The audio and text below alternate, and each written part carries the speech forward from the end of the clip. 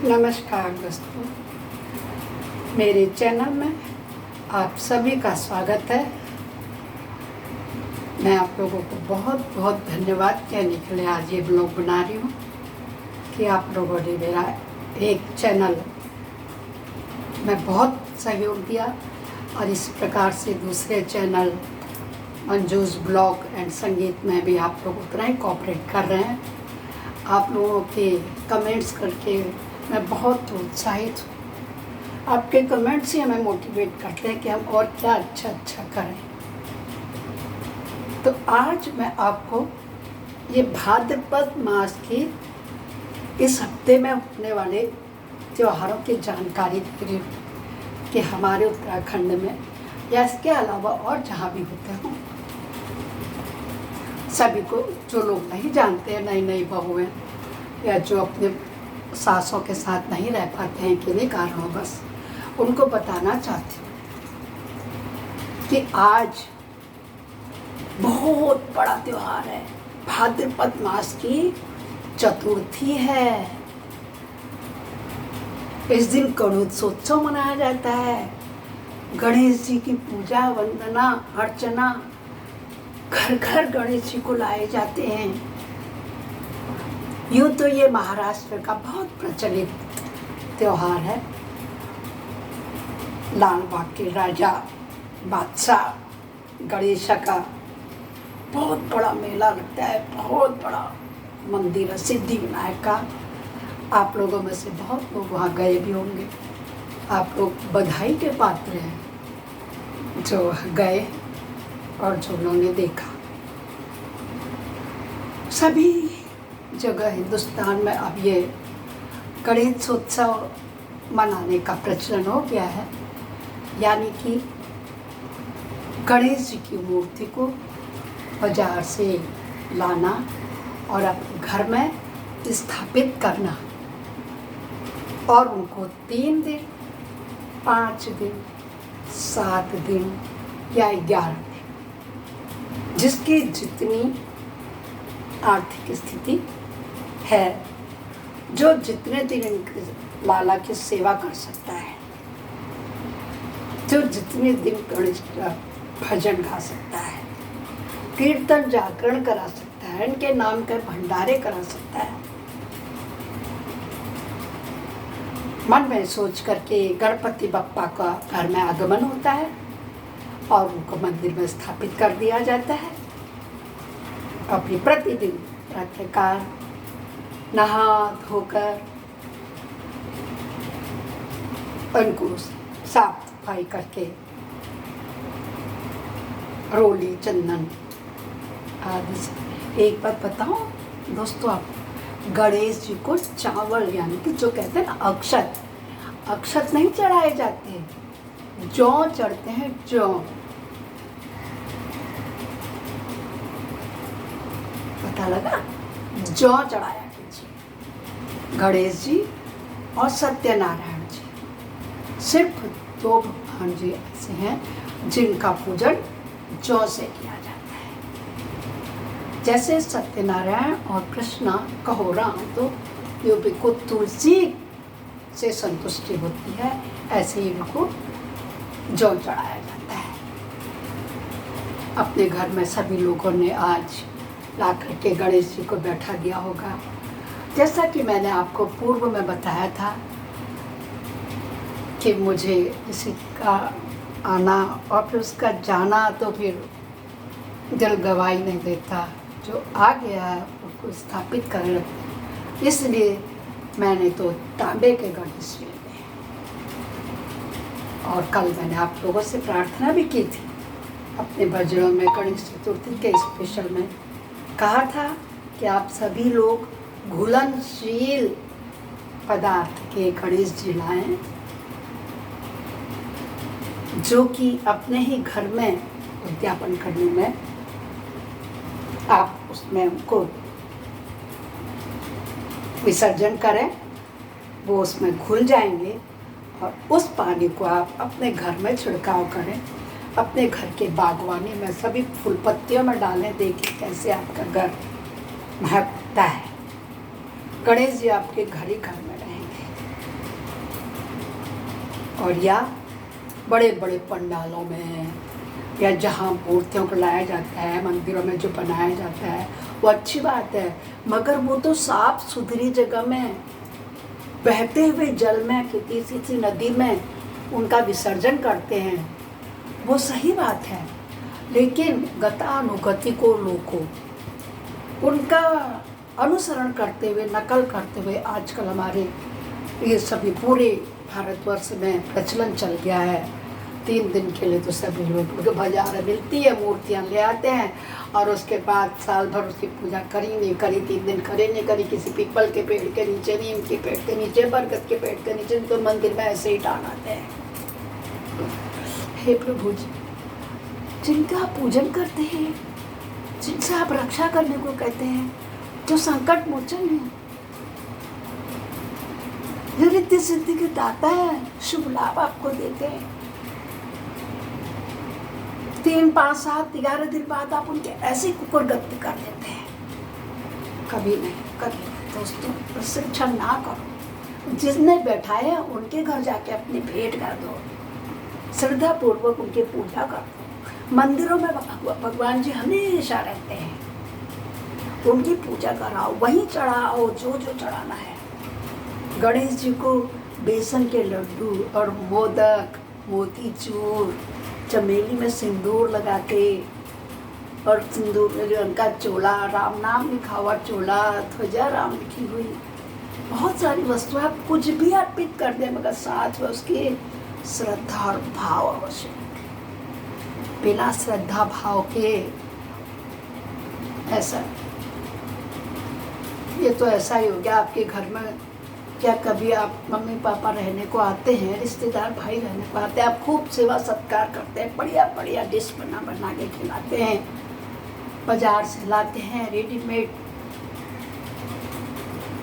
खिलाते हैं, और जब उनका जाने का दिन हुआ तो उनके न जाने की व्यवस्था, न उनको छोड़ने जाना, वो कैसे जाए हमें कोई मतलब नहीं, चाहे बारिश हो रही, चाहे आंधी हो रही, तूफान हो रही, उनका रिजर्वेशन है।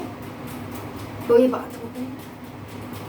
जब किसी मेहमान को आप इतने प्यार से स्वागत करते हो तो उसकी विदाई भी इतने स्वागत से करनी चाहिए। आपका कर्तव्य बनता है कि आप अपने माता पिता, भाई बंधु, सखा, जो भी आपके घर आते हैं उनको सबको सलाह वेलकम किया है तो सेवा करनी भी चाहिए।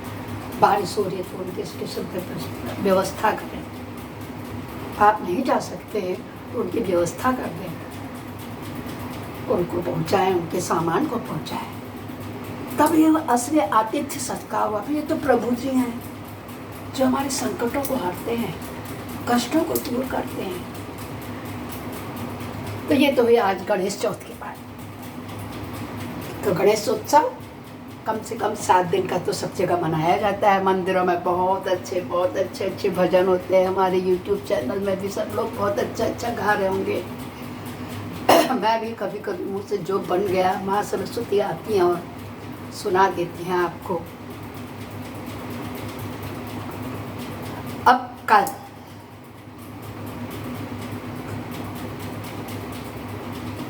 कल को पंचमी है भाद्रपद मास की। भाद्रपद मास की पंचमी को हमारे यहाँ बिरूड़ा पंचमी कहते हैं। उत्तराखंड का यह एक रिवाज है। सब लोग इस दिन बिरूड़ भिगाते हैं। इसमें हम साबुत 5 या 7 अनाज को भिगाते हैं। सुबह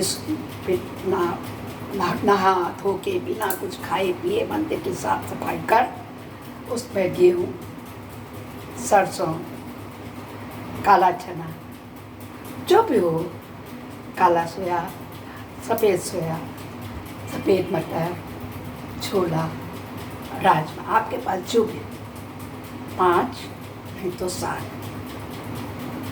इनका विधान कर कैसे बनाते हैं मैं आपको बता दूँ। आप एक लाल पाट बिछाएंगे कपड़ा और उसमें एक हांडी या चौड़ा बर्तन कुछ नहीं है तो एक भगोना घर का, उसमें साफ शुद्ध होना चाहिए, ले करके एक चौकोर कपड़ा लेंगे, उस पर इन सब चीज़ों को मिलाएंगे और सबसे पहले उस कपड़े में रोली से अक्षत से, फूल से और द्रव्य से पूजन करेंगे और फिर वो सब मिले हुए 5 अनाज के दान को थोड़ा सा और एक कोई छोटा सा फल रख के उसकी पोटली बना लेंगे। पोटली यानी कि उसमें रबर बैंड भी लगा सकते हैं, ताकि से बांध सकते हैं। 1 और 2, कम से कम 2 बनानी चाहिए। समझ गए ना आप लोग? सरसों, गेहूँ और ऐसा फल होना आवश्यक है। फिर उसके अलावा आप कोई भी अनाज डालिए, हरी दूध, ठीक है। आपने पोटली बना के कहा, प्रतिदिन आप उनकी पूजा करेंगे।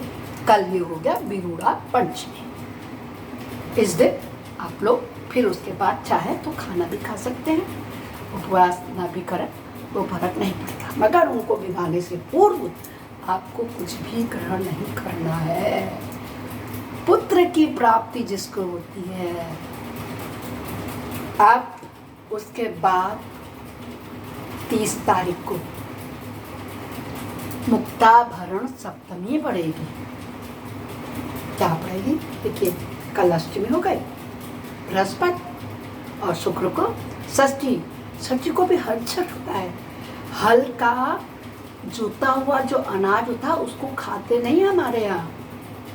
मैं अपने उत्तराखंड के रिवाज बता रही हूँ, सभी लोगों को पता होंगे, मगर पूरे भारतवर्ष में अब हम चाहे पूरब से पश्चिम या पश्चिम से उत्तर तक किसी की भी बात करें, हम सभी लोग सभी त्योहारों को मनाते आ रहे हैं।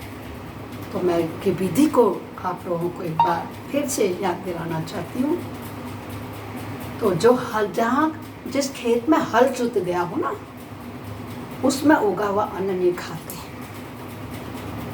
परसों को, ठीक है। तो हल छठ कहलाया।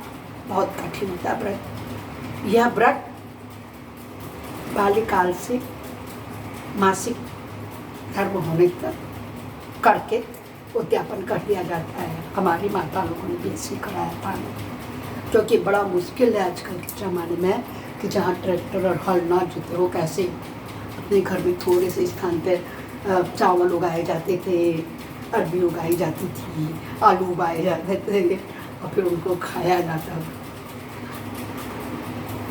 हम तीनों बहनों तो माँ ने पहले ही करा दी थी। क्लास 1 में जब हम पढ़ते थे और 6th क्लास में जाते थे तो उसका अध्यापन करा दिया था। करने वाले मरणोपरांत तक इस व्रत को करते हैं। फिर उसके बाद भाद्रपद मास की सप्तमी तिथि आएगी।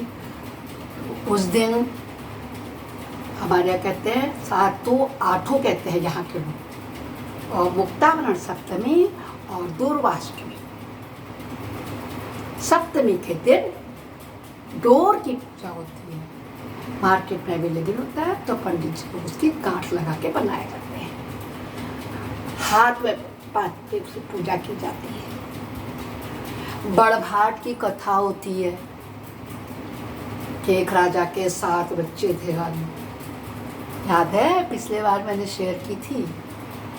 तो आज तो मैं आप लोगों को सिर्फ ये बताने के लिए आई हूँ कि ये त्यौहार 30 तारीख को है, मुक्ताभरण सप्तमी का, जिस दिन डोर को आप धारण करोगे। और फिर दूसरे दिन 31 तारीख को दुबजौड़, क्या कहते हैं उत्तराखंड में, दुबजौड़, दुबड़े की पूजा। दुबड़े के, अब जिसका हम प्रतीक रूप में ये पहनते हैं, तो मिलता है बाजार में, डोर दुबजौड़ दोनों होता है। आजकल तो बहुत सुंदर सुंदर बीच में मोती वाले और ये सब कुछ मिलते हैं, सभी जगह मिलते हैं, सभी जगह, सब जगह उपलब्ध है। जहाँ नहीं है वहाँ लोग, जैसे मैं यहाँ रहती हूँ तो मैंने अपने मायके से मंगा लिए, हल्द्वानी नैनीताल से, तो यहाँ के लोग मिले, यहाँ से ले गए। तो ऐसे बहुत से लोग हैं जो देते भी हैं, लेते भी हैं। ये तो इसका कुछ मूल्य नहीं है, 10 रुपये 5 रुपये, मगर जो व्रत करता है श्रद्धा और भाव से, उसके लिए बहुत महत्व है। क्यों? क्योंकि एक कथा मैं उसी दिन आपको बताऊंगी। इसी को जो धारण किया जाता है ना दुबड़ा, दूसरे दिन उसको पकड़ करके जिसने व्रत किया था उसके बच्चे ने उसके पास वापस आया, पकड़ लिया और उसकी माँ ने कहा अरे तो मेरा बच्चा है। इसका महत्व है। टोड़ दुख जोड़ की बड़भाग की राजा के साथ बहुओं की कहानी है, वो आप लोग कीजिएगा। चलिए आज थोड़ा सा 2 शब्द गणेश का भजन कर लिया जाए, क्योंकि ब्लॉग है तो क्या संग गणेश जी को तो 1 2 3 4 गणपति जी की जय जयकार। 1 2 3 4 गणपति जी की जय जयकार। 1 2 3 4 गणपति जी की जय जयकार। 1 2 3 4 गणपति जी की जय जयकार। गणपति जी की जय जयकार। ओम गम गणपतये नमः। सिद्धिविनायक नमो नमः। ओम गम गणपतये नमः। सिद्धिविनायक नमो नमः। ओम गम गणपतये नमः। गजाननाय नमो नमः। सिद्धिविनायक नमो नमः। संकटहराय नमो नमः। गणपतये नमः। गणेश भगवान की जय हो। मेरा ब्लॉग कैसा लगा आप लोगों को ज़रूर कमेंट में लिखिएगा। इसके लिए अभी से बहुत बहुत धन्यवाद कहने में नमस्कार। हैप्पी गणेश चतुर्थी आप सबको।